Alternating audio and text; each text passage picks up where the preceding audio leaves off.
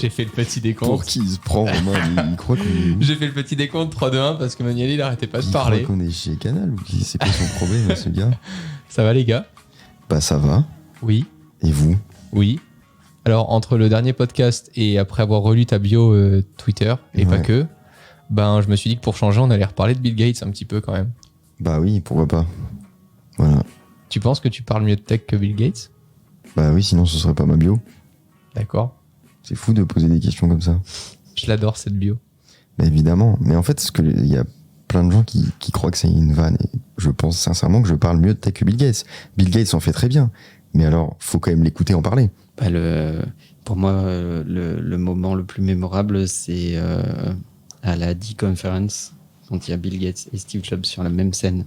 Bah, elle est mémorable cette conférence en même temps. Bah là, sincèrement, si vous l'avez pas vu, allez dans Google, regardez, tout à fait récent de ce truc. L'effet de contraste est évident. C'est quelqu'un de... Bill Gates, on dirait un petit enfant qui a fait pipi dans sa culotte. Non, et puis c'est un geek, quoi. C'est insupportable à entendre parler. C'est indigeste. Bah vous allez voir que ce que j'ai lu confirme ça. Parfois je me suis dit c'est quand même un peu un geek, mais ça avait l'air d'être des trucs qu'il appliquait et qu'il disait pas trop. Donc je me suis dit bon, ça peut être un bon sujet d'essayer de décortiquer la bête et de voir si c'est vraiment un geek et comment et pourquoi est-ce qu'on ne pourra jamais le comparer ou comparer Steve Jobs avec Bill Gates, parce qu'il y a deux trajectoires complètement différentes. Voilà. Et fun fact, c'est que je me suis posé cette question en rentrant tout juste de Cupertino, après avoir été bien imbibé du savoir-faire d'Apple. Bah effectivement, il y a quelques trucs où je me suis dit pas tout à fait quand même, mais on va en parler en podcast. Voilà. J'ai un tu préfères pour Léo. Ah, je t'écoute. Tu préfères Oui. être vivant mais être Bill Gates Ou être mort d'un cancer du pancréas, mais être Steve Jobs. Quelle horreur. Bah, je dirais être vivant quand même. Ah ouais, pas moi. Écoute, c'est peut-être ce qui fait que t'es vraiment une personne étrange, Manuel. Ah mais non, mais pas du tout. Tu te rends compte, t'es Bill Gates. Oui. Bah, c'est-à-dire que tu bouffes des burgers au fond de la forêt, enfermé dans une cabane, et ta seule compagnie, c'est les gardes du corps. Oui, mais je vis vivant, pour le coup.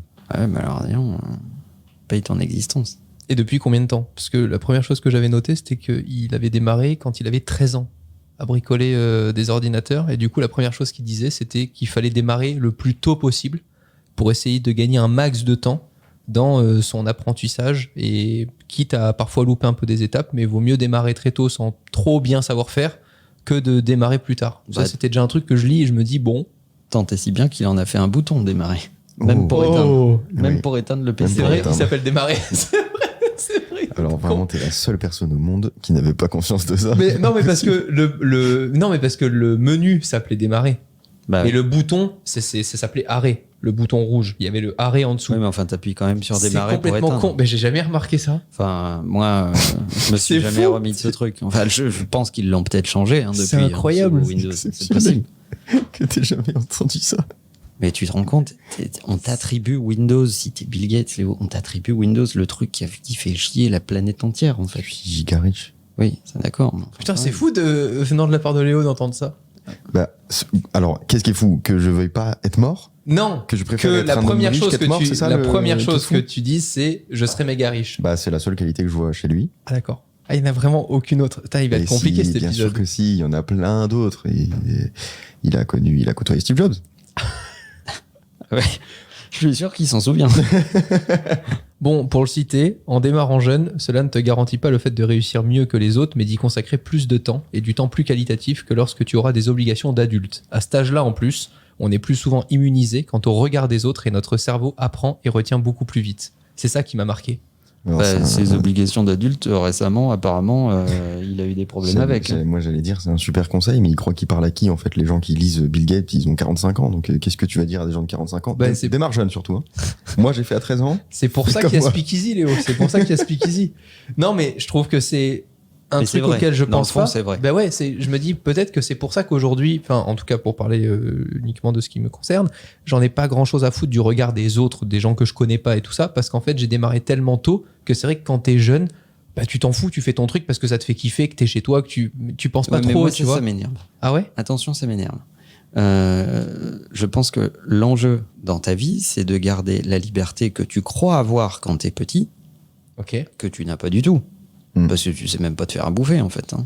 Donc, Tu coûtes à la société. C'est... bah, à tes parents en premier lieu, en fait. C'est vrai. Mais de conserver cette impression de liberté et de la transformer en véritable liberté, c'est-à-dire garder cet état d'esprit en étant le plus autonome possible. C'est ça l'enjeu. Et sur le fond, je suis d'accord avec lui, sur cette espèce d'innocence et de liberté que tu as quand tu es jeune. L'enjeu de ta vie, c'est de le garder le plus longtemps possible. Et si tu y repenses, est-ce que tu es véritablement libre ? Est-ce que tu es capable de dire merde à un mec qui te dit qu'il a envie de faire ci ou de faire ça Un board, par exemple, quand ta boîte grossit, etc. Okay. Ou à un client. Ouais. Est-ce que tu es capable de dire que tu peux te passer de lui s'il te demande Ouais. de faire un truc que tu n'as pas envie de faire, etc., etc. Ce que fait un gosse. Un Oui. gosse, il a T'es pas plus mon envie, copain en une seconde, quoi, bah, avec un en gosse. une seconde et demie. Et puis s'il a pas envie de faire un truc, il le fait pas. C'est clair. Sincèrement, c'est quasiment pire qu'un chat. Pour moi, c'est juste un peu logique. J'ai l'impression que dans tous les cas, pour te lancer très tôt, ça veut dire qu'il faut que tu découvres ta passion très tôt. Et quand tu découvres ta passion, bah, tu te mets à fond dedans parce que c'est ta passion par définition. Mais tu Donc, remarqueras qu'on t'a pas demandé ton avis Ouais, parce d'accord. que ça concerne que les adultes. Ah, d'accord. Mais il parle d'enfants de 13 ans quand même. Donc ça marche pas. Bah, toi, tu dis quand même merde à tout le monde. Ouais, non, mais pour moi, c'est logique. C'est, en fait, son conseil, il marche. Si à 13 ans, t'as déjà trouvé ce que tu voulais faire. Ce qui n'est pas forcément le cas de tout le monde. En fait, je trouve que... Mais je crois que dans sa tête, il imagine pas. Que tu puisses pas. T'as 13 ans ? Bah, tu sais. Il est où ton business plan ? Vas-y, on voit le BP, là. Mais je pense que la question, elle est là, les gars. C'est que quand t'as 13 ans, tu ne peux pas imaginer que ta passion puisse devenir un métier. Parce que, aussi, je trouve que dans la plupart des cas, de ce que j'ai pu remarquer, l'entourage va à l'encontre de ça. C'est ton hobby, tu fais ça le week-end, tu fais ça le soir, mais attention, est-ce que tu as des bonnes notes à l'école ? Attention, est-ce que ton carnet, il est bon ? Ah, mais combien il y a de moyenne dans la classe ? Est-ce que tu es meilleur que la classe ? C'est ça qui compte pour ton entourage. Donc, tu peux pas envisager une fois que ce que tu fasses le soir ou pour t'amuser puisse devenir un métier. Et je trouve qu'elle est là, la ligne, c'est que parfois, les gens prennent pas le temps de s'observer assez pour se dire « Eh, mais en fait, ça m'intéresse, mais si ça m'intéresse au point de le faire vraiment tous les jours, est-ce que ça pourrait être un business model à un moment ?» En fait, parfois, tu te poses même pas cette question-là parce que tu considères ça comme un hobby. Et puis, c'est tout. Bah ouais, mais j'ai tendance à penser que c'est ça la vraie passion. Si tu t'intéresses à un truc en te disant tout de suite, faut que je trouve un business model, il faut que j'imagine comment ça va pouvoir être rentable, pour moi, c'est pas une passion. Non, mais si tu veux le faire à fond et du coup arrêter par exemple tes études ou faire des études en parallèle, mais de quelque chose où tu sais très bien que tu vas mettre de côté tes études, etc., faut quand même à un moment que ça devienne rentable dans ta tête. C'est ce qu'on a fait tous les deux Ouais. à un moment où c'était pas du tout un business.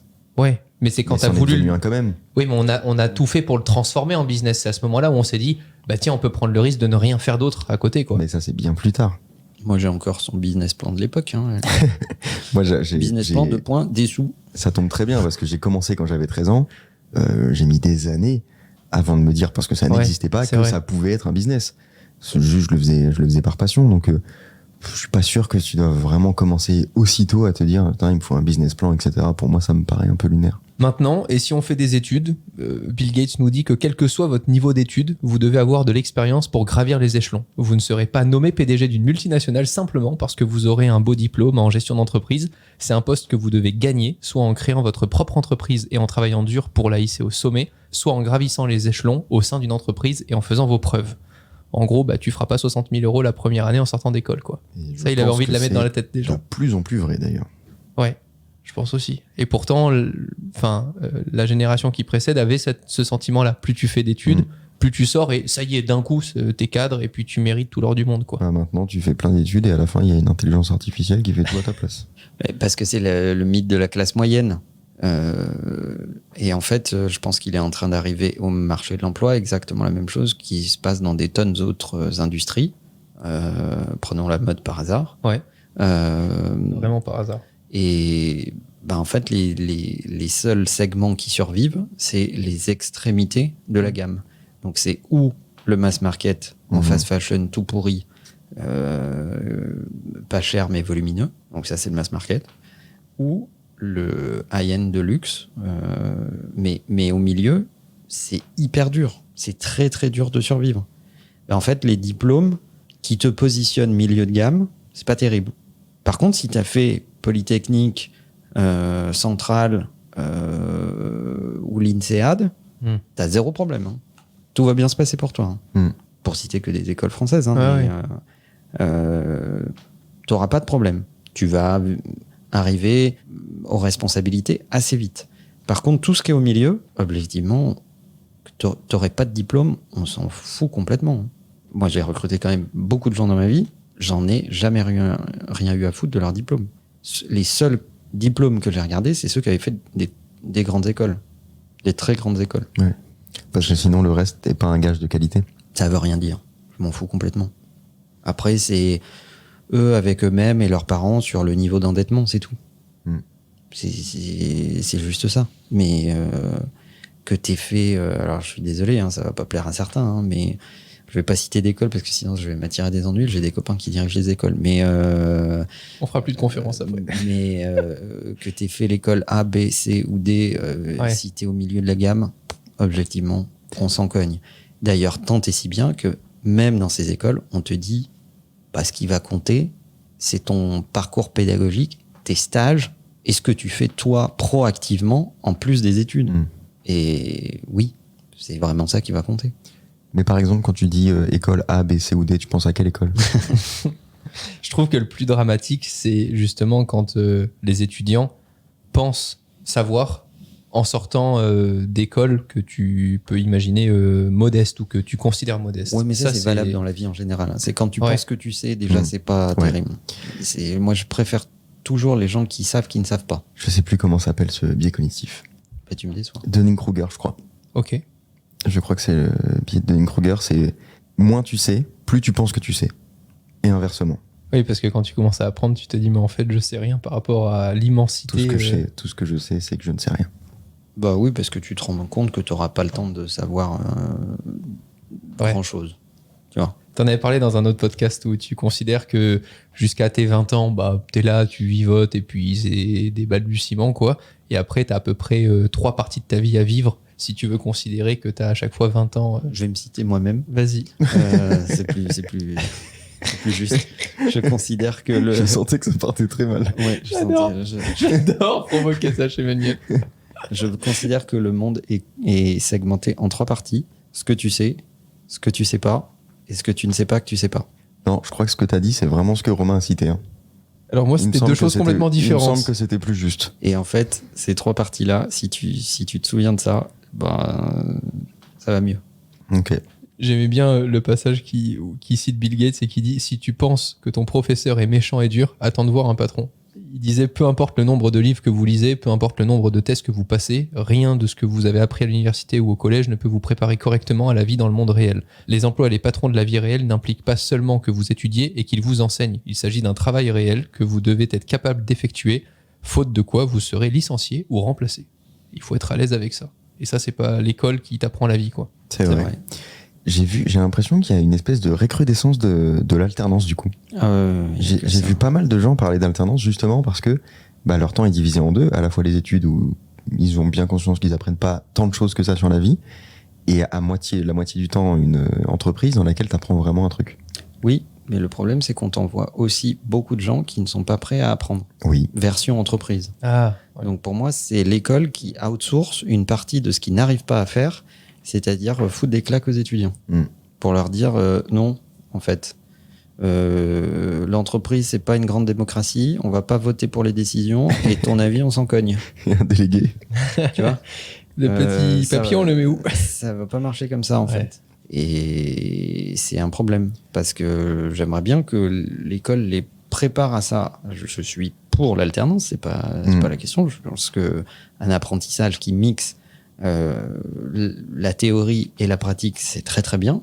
Les Allemands le savent depuis très longtemps. Ils sont bien meilleurs que nous sur ces questions-là, depuis beaucoup plus longtemps que nous. Mais nous, on nous envoie vraiment des bébés, quoi. Les gens arrivent dans un état de candeur et d'innocence qui flirte quand même avec la béatitude, pour pas dire la bêtise. Hein. Je vais citer juste un exemple pour que vous l'ayez bien en tête. Hein. Une personne adulte qui est sortie de ses études, etc., était venue chez Influx, premier jour, et me demandait à quelle heure est-ce qu'il pouvait prendre son goûter. C'est réel. vrai C'est-à-dire que c'était le premier jour. Pourquoi on a jamais il me entendu disait, parler de cette histoire? parce que pour moi, je me suis dit que c'est tellement ridicule que j'allais pas lui dire. Je lui ai dit, j'en ai strictement rien à foutre tant que tu fous pas des miettes par terre et que que tu parles pas la bouche pleine. J'en On ai est au rien à stade où foutre. t'apprends aux gars à manger proprement. Non, mais c'est ouf, je te jure. On m'avait dit, oui, mais à quelle heure je peux prendre mon goûter? Genre, est-ce que je peux faire une pause l'après-midi? Ça sous-entendait ça, mais il fallait que je cherche pour comprendre, en fait. Et le mec, en fait, me posait la question de, est-ce qu'il peut descendre fumer une clope? Est-ce qu'il peut... Et il avait son rituel, pour te dire, il sort d'école, etc. 16h, il prenait 15 minutes et il allait s'acheter un goûter, quoi. Et là, je me suis dit, mais putain, c'est pas le problème d'aller faire un goûter, mais je me suis dit, putain, on est loin de vouloir bosser et d'en chier, mon gars, Pour sa quoi. défense, toutes les entreprises fonctionnent pas comme Influx. Et il y a peut-être des entreprises dans lesquelles tu joues au baby-foot, il a développé bien ses sûr. habitudes et il faut que tu demandes à chaque fois que tu prends un quart d'heure de pause pour aller chercher ton goûter. C'est vrai, c'est vrai. Ça peut être dû à ça. J'en profite juste pour rappeler, comme Manuel, tu disais que tu étais pour l'alternance. N'hésitez pas à envoyer vos demandes d'alternance par mail à Manuel. Oui, bah bien sûr. Mon email, c'est leo@duff.fr. Ah bon? Oui. Et d'ailleurs, l'heure du goûter, je profite pour nos prochains alternants, c'est de 16h à 16h15. Tout à fait. Bon, au début du podcast, vous commenciez à parler de geek. Et du côté geek Bah de oui, Bill Gates. évidemment, Alors, il a pas pu. c'est Bah un oui, geek bah, par évidemment. excellence, Bill Gates. Eh ben, il se défend lui-même. Il dit, soyez gentils avec les intellos. Il y a de fortes chances pour que vous finissiez par travailler pour l'un d'entre eux. Ça, Voilà. c'est très bien. Alors, du coup, quand j'ai lu ça, je me suis dit, bah, réfléchis. Eh ben, en fait, non, tous les intellos de ma classe que j'ai connus, ils font tous un boulot très pépère. Alors oui, hein, ils sont bien placés, ils sont cadres, ils ont un beau CDI, ils ont pu faire le prêt, avoir la maison de campagne et la tout. gueule de ta classe aussi. Peut-être. Mais C'était à Monaco, hein, je me rappelle. Voilà. mais j'ai pas eu d'intello qui a révolutionné, tu vois, une start-up, Il quoi. n'y a aucun monégasque qui a révolutionné le monde. Mais attends, je vais même. Non, mais je pose là. Je À part pose. GMK, il Pas de mal. n'y a personne. Il y a un économiste suisse qu'on voit souvent sur TikTok ou Insta, qui parle souvent d'ailleurs de la politique de la France. Enfin, je sais pas s'il est suisse ou français, mais en tout cas, il est en Suisse. Bon, je vous laisse imaginer pourquoi. Chocolat. Et il dit, il fait des confs dans beaucoup de très grandes écoles. Et il raconte comment il démarre ses confs, etc. Et il dit, mais je suis sûr qu'il n'y a aucun entrepreneur dans cet amphi. Parce que si vous étiez entrepreneur, vous seriez pas là. Ah, c'est horrible. C'est tellement vrai, mais c'est horrible. Parce que le but d'un entrepreneur n'est pas d'être conforme. Oh putain. Or, faire des études, c'est être conforme. C'est avoir, c'est comme une vache à qui tu mets une étiquette à l'oreille, en fait. Donc, c'est la conformité par rapport à une norme, un niveau. C'est ça ce que tu achètes dans un diplôme. On te certifie que c'est label viande rouge. À quel point est-ce que c'est vrai, ça? Bah, c'est très vrai. Après, ce qui fait la différence, c'est la personnalité. Mais est-ce que vraiment, dans les entrepreneurs qui ont connu de grands succès, est-ce que vraiment ils n'ont pas fait d'études? Là, c'était ma question, en fait, avant ça. Alors, c'est un raisonnement étrange. Je dis que beaucoup s'affranchissent des normes. Ça ne veut pas dire qu'ils n'ont pas fait d'études. Peut-être qu'ils ont fait des études, certains d'entre eux, mais c'est moins des entrepreneurs que des patrons. Oui, c'est vrai. En fait, Ok. c'est vrai. C'est ceux qui ont fait le plus d'études, ceux que j'ai pu rencontrer dans la série 20 minutes avec, c'est des CEO, des dirigeants, etc. Mais c'est pas des mecs qui ont créé from scratch, quoi. C'est des gens qui gèrent. Ah ouais, mais Ouais, c'est vrai. tu regardes Mark Zuckerberg, il a créé Facebook, Ouais. il est toujours à sa tête aujourd'hui, c'est un gars qui a fait des études. Qui les a pas terminés. Non, parce qu'il a eu du succès pendant ses études, Voilà. mais il n'empêche Et qu'il il aurait n'a pu pas être... hésité à sacrifier ses études pour son Mais projet. c'est évident, mais il n'empêche C'est qu'il évident. Alors, aurait pu attends, être- pas pour tout le monde. Ouais, Il aurait parce pu que être dans cette amphi. vu les prêts aux US, c'est pas évident d'arrêter ses études. Hein. Quand tu sais que, Non. à mon avis, l'école dans laquelle il était, à mon avis, c'était 200-300 000 Ah, balles Il est à l'année. Harvard. Voilà. Donc t'es Non, mais plutôt là. ce que je voilà. veux dire, c'est qu'il aurait pu être dans cette amphi. Donc, c'est une belle phrase. Maintenant, à quel point c'est vrai, je suis pas certain. Ouais, et il passait moins de temps dans l'amphi que dans sa chambre, à la bibliothèque, connecté au web, Oui, non, mais etc. tu vois. on peut trouver une part de vérité, mais je pense qu'il faut pas non plus prétendre que les entrepreneurs s'affranchissent complètement des études. Non, pas du tout, c'est pas ce que je dis. Ce que je dis, c'est que c'est pour ça que j'explique derrière en disant c'est pas un handicap d'avoir fait des études pour être entrepreneur, c'est pas ça. Ce qui est important, c'est que dans le modèle entrepreneurial, si tu veux créer quelque chose de nouveau, que ce soit un produit ou un service, etc., tu n'es pas animé par l'idée d'être conforme à quelque chose. Ouais. Tu es animé par l'idée de bouleverser l'ordre établi pour arriver avec quelque chose de nouveau. Et il faut avoir cette force et cette énergie que d'imposer quelque chose de nouveau. Et de pas avoir peur de bouleverser la bien-pensance et l'idée la plus communément admise au moment où tu crées. Je rappelais dans une de mes newsletters récentes que tous les ans, j'envoie mes vœux à ce banquier. Je vais avoir la grâce de ne pas citer le réseau bancaire, qui m'avait dit, quand je voulais créer la boîte, que Internet ne marcherait jamais et qu'il valait mieux ou que je reprenne mes études ou que je fasse du Minitel Rose. Tu lui envoies vraiment tes vœux tous les ans? Tous les ans. Il avait dit ça, c'était génial. Enfin, pitié, dis-moi qu'il a déjà répondu. Je sais qu'il les reçoit. Et je sais pas ce qu'il en fait, mais je connais des gens dans son environnement qui me disent qu'il les reçoit, et je crois deviner sa date de retraite. Je lui réserve une surprise. Et je sais qu'on l'a dit plusieurs fois, mais encore une fois, tu as des parcours de personnes qui ont fait de grandes études et qui sont embauchées dans des boîtes qui ont été créées par des entrepreneurs qui, eux, n'ont pas fait de grandes études, et tout le monde doit être très à l'aise avec ça, quoi. Et le Graal, c'est pas d'être entrepreneur, pour être bien clair. Je sais qu'on le répète, mais j'aime bien le redire quand même à chaque... Et je répète souvent cet exemple de Google, mais Eric Schmidt n'est pas le fondateur de Google, et les fondateurs de Google ont eu besoin d'Eric Schmidt pour gérer la croissance de Google. Steve Jobs n'a peut-être pas fait d'études, ou très peu. Un petit peu quand même, il était dans une grande école. Stanford. Oui, d'accord, mais il divaguait pieds nus. Il était plus au cours de calligraphie, mais il était quand même dans une grande école. C'était Léo Duff, quoi. Et mes grandes écoles, moi, l'historique, il est... Tim Cook est beaucoup plus conforme. Ah oui. Ah oui, c'est sûr. Il est fort. Voilà. Donc, dans la vie d'une boîte, il y a des moments pour créer, bouleverser l'ordre établi. Il y a des moments pour gérer. Et je pense que les entrepreneurs ont aussi pleinement conscience de ce qui leur manque. Et ils savent, pour les meilleurs d'entre eux, très bien recruter ce qui leur manque, ce qu'ils n'ont pas. Pour ça, il donnait déjà quelques exemples. Il disait que la vie réelle, pour ceux qui regardent un peu trop la télé, c'est pas dans la télé. Donc, si déjà tu passes la moitié de ton temps devant la télé, t'es peut-être pas forcément fait pour t'élever beaucoup dans la société. Et ça marche aussi avec Instagram. Ça marche aussi avec Instagram, surtout avec les réseaux sociaux. Lui, bon, c'est Bill Gates, donc je pense qu'il sait même pas que la fonctionnalité canal sur Instagram existe, tu vois.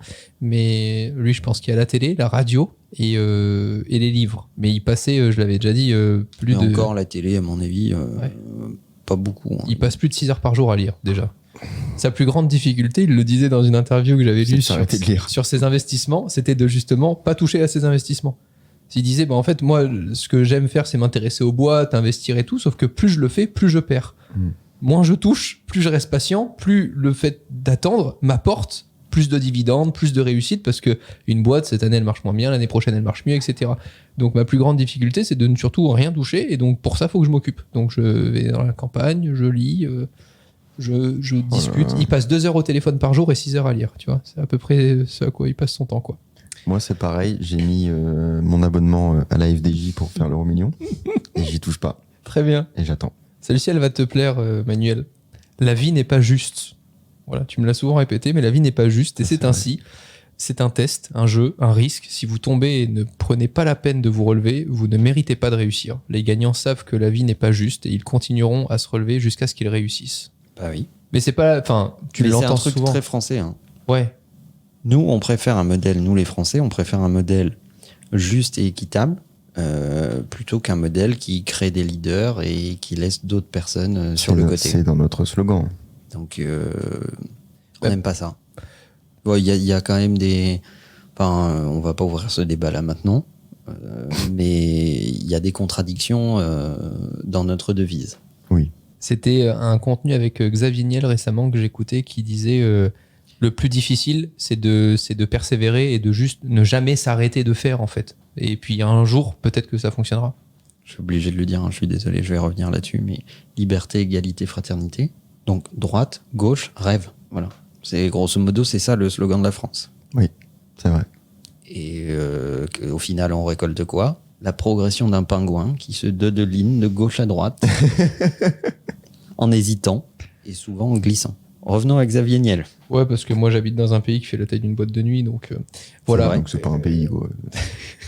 T'habites dans un village Minecraft. Non, c'était Xavier Niel qui disait dans une interview là récemment que le plus difficile c'était de persévérer sans jamais s'arrêter et que c'était la qualité d'un entrepreneur en fait. Un entrepreneur, c'est pas quelqu'un qui réussit mieux qu'un autre, c'est juste quelqu'un qui a essayé plus de fois que les autres et qui ne s'est jamais arrêté. Bah, c'est statistique. Ouais, c'est juste, Léo avec l'euro million.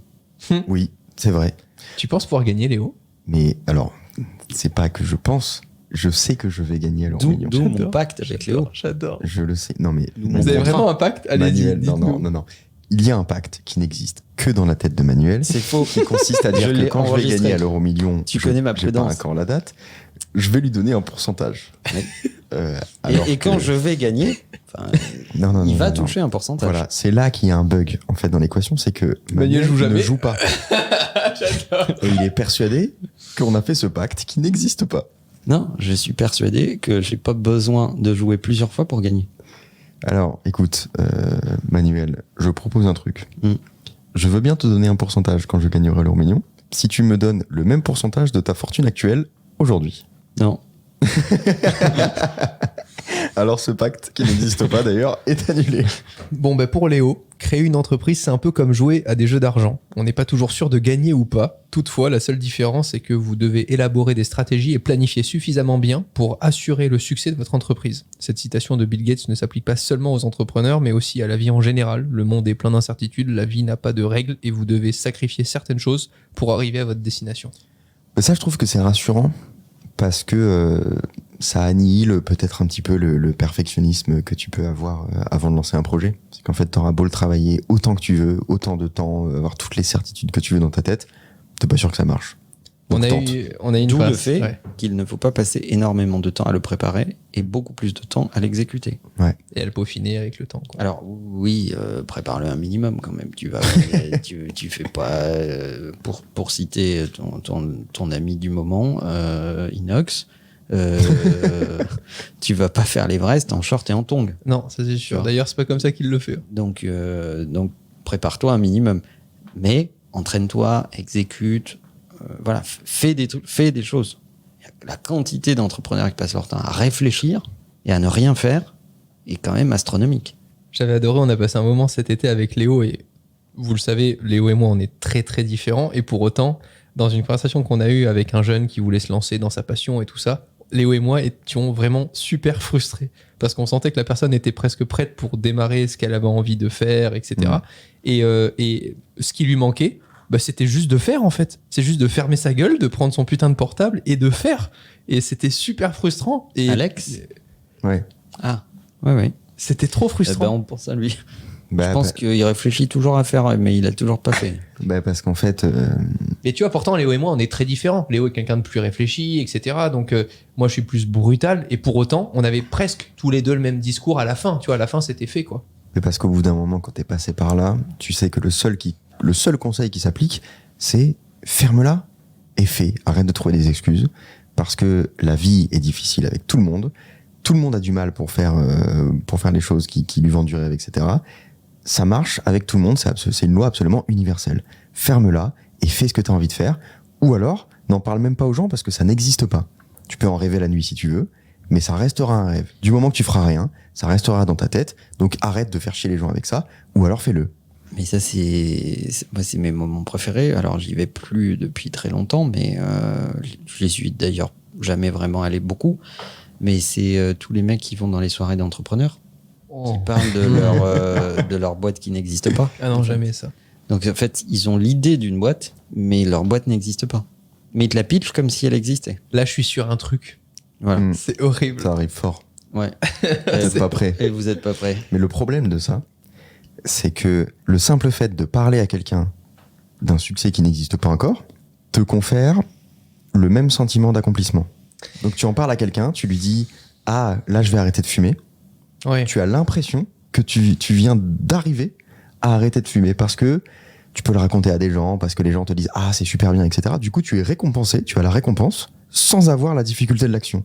Je comprends et je suis d'accord avec ce que tu dis. J'aimerais simplement apporter une nuance, surtout par rapport à moi, ma façon d'être. Tu vois, Léo, c'est qu'il y a des choses que j'entreprends. Je te donne un exemple avec la série 20 minutes avec, tu vois. il y a déjà des beaux contenus qu'on a sortis, des belles interviews et tout. Et il y a des interviews qui sont pas encore officialisées, où j'ai pas encore de go, etc. Tu vois, de principe des intervenants. Et pour autant, parfois, ça me motive que de dire j'ai cherché à contacter telle personne. Là, je vais là-bas pour essayer d'avoir telle personne ou dans telle industrie. En fait, c'est pas encore fait, tu vois, mais ça me permet d'aller un peu de l'avant et de me dire, tu vois, on lâche pas, on va toujours aller plus loin, Oui, quoi. mais tu le fais parce que tu es déjà en place. Ouais, ok, d'accord. Le problème, ce serait que tu dises, là, je vais essayer d'avoir Bill Gates et que tu lui envoies jamais de mail. Ah oui, non, bah alors. C'est ce non. que font des gens absolument tous les jours. C'est, ah oui, non, mais je vais bientôt travailler sur mon album de rap. T'as fait quoi Bah là, j'y réfléchis pour l'instant à travailler sur mon album de rap. Bah, tu sais, la motivation que t'avais quand tu faisais ton sport tous les jours et que tu mettais une story par jour, Ouais. bah, c'est un peu ce que j'essaie de reproduire dans mon canal. Quand je dis aux gens, bon, bah là, j'ai envoyé un message. Alors pour l'instant, ça pue du cul, j'ai pas de retour et tout, mais en fait, tu te dis, bah au moins, je l'ai fait, j'ai une trace, quoi, Ouais, tu vois. ouais. Ça, c'est pas mal, je trouve. Bon, l'autre truc à accepter, et je pense que Bill Gates le dit bien, mais c'est pas que lui, puisque Bill Gates et Paul Allen, du coup, qui ont créé Microsoft sur des bases précaires, mais à force de patience et de travail, ils ont réussi à surmonter des difficultés qu'ils ont rencontrées. Ils ont compris un truc, c'est que peu importe ce qui se passait, il n'y avait pas de raccourci vers le succès. Il faut du temps pour construire un empire et toute une vie de sacrifice pour maintenir la cohérence. Alors, à une ère où tu ouvres TikTok et tu fais des millions de vues si ton contenu est pertinent, est-ce que pour vous, il n'y a toujours pas de raccourci vers le succès ? Mais si, il y a du raccourci vers le succès à court terme. Voilà, ok. Tu peux devenir un TikToker du jour au lendemain, mais par contre, tu peux aussi devenir un TikToker qui n'a plus aucun succès du jour au lendemain. Un succès court terme est souvent un échec à court terme. J'ai vu la dernière et du coup la nouvelle vidéo de McFly et Carlito quand ils parlent de relancer leur chaîne, de moins se soucier du nombre de vues, etc. Et quand tu les écoutes, tu te dis ah bah oui, bah ils ont raison et tout, mais en fait tu peux faire ça une fois que tu as eu leur succès et le background qui va avec et l'histoire qui va avec. C'est parce que tu as fait des millions de vues pendant très longtemps, parce que tu as été en place, parce qu'il y a un trust en qui vous êtes. Aujourd'hui, tu peux te permettre de faire quelque chose de plus rationnel, quelque chose qui va plus toucher le cœur des gens, l'émotion, sans se soucier juste du côté bling-bling du nombre de millions de vues que tu fais, quoi. Ouais, mais tu regardes McFly et Carlito, ils ont mis énormément d'années avant de C'est marcher. énorme, plus de 10 ans. Squeezie, c'est la même chose. Quasiment tous les créateurs, en fait, il y a très peu de créateurs qui sont devenus connus du jour au lendemain, enfin qui ont commencé et le lendemain ils étaient connus. Et en plus de ça, souvent les gens qui font ça depuis longtemps, bah, ce sont les youtubeurs qui durent. Mais c'est comme ça dans toutes les industries, mais c'est logique. Moi, ça me fait penser au Grand Chef. C'est comme alors c'est une de mes passions. J'aime bien les artisans, les gens qui font des choses. Bah c'est comme quand tu vas faire à manger ou quand tu vas cuisiner avec Alain Ducasse. Dieu, bah faire une omelette, c'est pas dur. Bah oui, super, mais ton omelette, elle ressemble pas à la mienne, en fait, si tu veux. Parce que déjà, dans sa cuisine, il y a des trucs que toi, t'as pas, en fait, tu vois. Ou tu prépares un truc l'après-midi avec Cédric Grolet. Tu dis, ah bah tiens, faire une tarte aux fraises, c'est pas dur. Ouais, d'accord, mais c'est pas pareil. C'est vrai. Pourquoi ? Parce qu'il a, pendant des années, il a essayé, il a changé des trucs, des tout petits détails, etc. Et si tu fais pas, si tu n'exécutes pas, tous ces éléments qui sont des espèces de micro-ajustements au-dessus du niveau de base respectable, du niveau du dessus qui est le niveau d'excellence. Après le niveau d'excellence, il y a la pratique qui te fait passer dans une espèce d'autre dimension, qui fait que tu deviens ou Alain Ducasse, ou Cédric Grolet, ou voilà, ou cette catégorie de gens qui ont passé ces classes de base jusqu'à atteindre l'excellence et au-dessus de laquelle le talent finit par faire la différence. Mais les gens qui te disent ouais, j'ai un talent inné, etc. Oui, mais t'as un talent inné qui s'exprime en dessous du niveau de base. Donc des gens le voient pas, en fait. Et pour autant, Bill Gates disait aussi que beaucoup de gens se sentent frustrés parce qu'ils ne sont pas aussi intelligents, riches ou talentueux justement que la personne qu'ils admirent. Vous pouvez être frustré parce que vous ne réussissez pas aussi bien que Bill Gates, mais vous devez surtout vous rendre à l'évidence. Nous sommes tous nés différemment. Chaque personne a ses propres capacités et il faut accepter pour réussir ces capacités-là. Dès lors que vous commencerez à apprécier qui vous êtes, vous serez plus confiant pour faire les choses à votre manière. Dès lors que vous allez commencer à vouloir vous comparer à quelqu'un, c'est comme si vous vous insultiez, selon Bill Gates, encore une fois. Qui se cite lui-même, donc. Oui. J'ai beaucoup de mal à me dire que tu puisses te dire j'ai envie d'être quelqu'un d'autre. Je comprends pas le concept. Toi, c'est pas du tout ta psychologie. Moi, ça l'était beaucoup au début, par exemple. Moi, je sais je comprends que t'aies du mal à te le dire, mais il y a beaucoup de gens qui sont comme ça, Léon. Ils se disent mais je vais pas faire ça parce que de toute façon il y a déjà lui, par exemple. Ou tu vois, Il y a surtout beaucoup de gens qui aimeraient être quelqu'un qu'ils aiment ou qu'ils admirent, mais qui ne tiennent pas du tout compte de qui ils sont. Parce que pour moi, c'est une espèce dire ça, de déni de réalité. C'est l'expression d'un mal-être. Et j'aimerais qu'on parle 2 secondes d'une vidéo qui tourne en ce moment sur les réseaux sociaux de Laurent Alexandre, Oui. qui dit qu'il y a un premier déni de réalité, c'est que l'intelligence est l'héritage d'un facteur génétique pour grande partie, et on le refuse. On refuse cette réalité. Alors, pas majoritaire. Il y a plein de gens qui ne sont pas d'accord avec ça. Lui défend la thèse que la majorité de ton intelligence vient de ton patrimoine génétique. Je ne dis pas que je suis d'accord avec ça. Ouais. Je n'ai pas assez de culture scientifique en la matière pour exprimer un avis. Mais cette vidéo tourne, il défend ce point de vue et il argumente. Je pense qu'il y a d'autres personnes qui seraient capables de le contredire et qui serait intéressant d'avoir un débat sur cette question. Mais le fait même de dire que la ligne de départ n'est pas au même niveau pour tout le monde, oublions la génétique 2 secondes, ton facteur social, l'environnement dans lequel tu es, tu vois, ce dans quoi tu es éduqué, etc., etc. Tout ça, on sait tous que c'est une réalité. Bien sûr. Il y a des parcours plus difficiles que d'autres, il y a des gens plus méritants que d'autres parce qu'ils s'en sont sortis en partant de plus loin. C'est une réalité. J'ai l'impression que en France, dans notre espèce de quête d'égalité à tout prix, on en arrive à presque nier cela. Nier le fait que tout le monde ne part pas de la même ligne de départ. Alors que c'est évident, parce que sans même rentrer dans la génétique, je suis pas hyper convaincu par l'argument. Moi non plus. Le simple fait que tu aies des parents qui ont peut-être fait plus d'études, qui ont peut-être plus de temps pour t'éduquer, qui ont peut-être plus de culture, tu pars avec un avantage évident.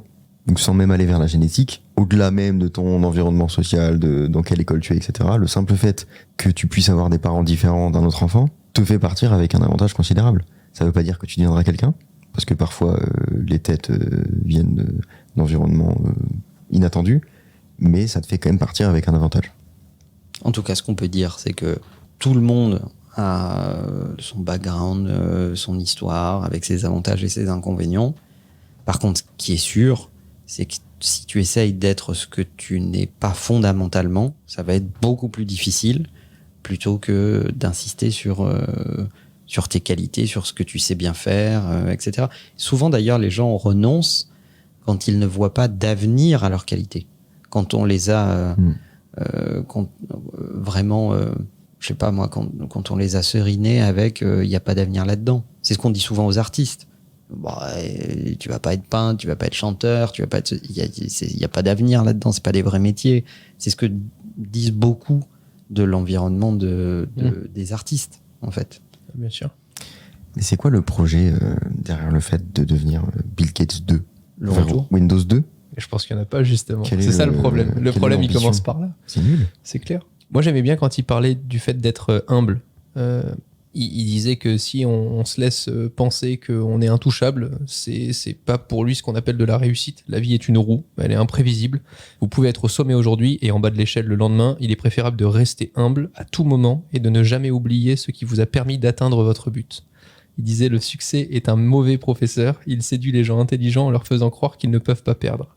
Léo, t'en dis quoi, toi qui es si humble ? Oui, c'est vrai, c'est pour ça que je suis resté humble en attendant de gagner à l'euro-million. Par contre, le jour où je gagne l'euro-million, on n'a plus rien à foutre. La plèbe, là, on ne parlait même plus. Par contre, vraiment, pour prendre un exemple perso, je sais que au début, quand j'avais 18, 20 ans et tout, tu fais plein de trucs, t'es fier de ce que tu fais, t'as envie de l'hurler, t'as envie de toujours raconter que t'en sais plus que l'autre et tout ça. Manuel m'a bien tapé sur la gueule au fur et à mesure, mais t'as tellement plus à gagner en étant humble qu'en voulant raconter des trucs, etc. Déjà, c'est ce qui m'a appris à juste ferme ta gueule et pose des questions. Déjà, tu ressors de la conversation, tu sais plus de choses que quand t'es rentré, alors que quand tu fais que parler de toi, tu le savais déjà. Et moi, je martèle ce truc parce que y a quand même beaucoup d'entrepreneurs qui racontent de la merde, en fait. Ah ouais, ça c'est sûr. Il y en a quand même beaucoup qui c'est cette espèce de petit mensonge accepté. en fait, tu vois. Il te raconte des trucs qui, dès que tu grattes un petit peu, tu te rends compte que tout ça c'est faux, en fait. Souviens-toi ça tient pas debout vraiment, en fait. Quand on s'est rencontrés, c'était ça. Hein. J'avais 18 ans, je te racontais des trucs, je me disais attends, ça veut dire que ça c'est vrai chiffre. Ouais, tu le faisais encore il y a 2 ans. Les millions sont des milliers. Enfin, tu vois, il y a des ajustements quand même nécessaires, en fait. Et moi, c'est un critère rédhibitoire. Je n'aime pas les personnalités qui ne sont pas humbles. Ce qui veut pas dire... Excuse-toi d'être là, quoi. Non, pas du tout. Rien à voir. C'est ce que j'allais dire. Ça n'a aucun rapport. Tu as le droit d'avoir des opinions dès lors que tu sais les défendre. Tu as le droit d'argumenter, et même avec toute l'énergie que tu peux mettre dans une argumentation. Mais te glorifier de qui tu es, de ce que tu fais, de tes résultats, etc., je trouve que ça n'a aucun intérêt. C'est une espèce de perte de temps totale. Bah, c'est surtout que si tu y arrives vraiment, les autres en parleront pour toi, quoi, en fait. Enfin, le marché dans lequel tu es parlera à ta place. Voilà. Bon, c'est exactement pour ça, tiens, je vais passer un message, que ne m'invitez pas dans vos podcasts. Ah ouais? Parce que ça m'intéresse pas d'aller parler de ce que j'ai fait par le passé. On peut te virer de Speakeasy, du coup? Non, parce que ça, c'est notre podcast. Ah, merde. On peut pas me tout virer. Mais non, je reçois des messages de tonnes de gens qui lancent des podcasts ou qui ont des podcasts et qui voudraient que j'aille parler de ce que j'ai fait par le passé. Non, ça n'a pas d'intérêt. Vous inviterez les gens qui sont encore vivants après ma mort, ils vous parleront de tout ça, mais je vais pas faire ça. Invitez Romain. Je vais pas faire ça maintenant. En revanche, n'oubliez pas vos mails pour demande d'alternance à Manuel. C'est ça. Voilà, les gars. C'est tout? Voilà. C'est ça ta conclusion? Bah ouais, c'est ça ma conclusion. Bah, trop bien. Bah, on est en roue libre. Et bah, la bise alors. Salut. Bye bye.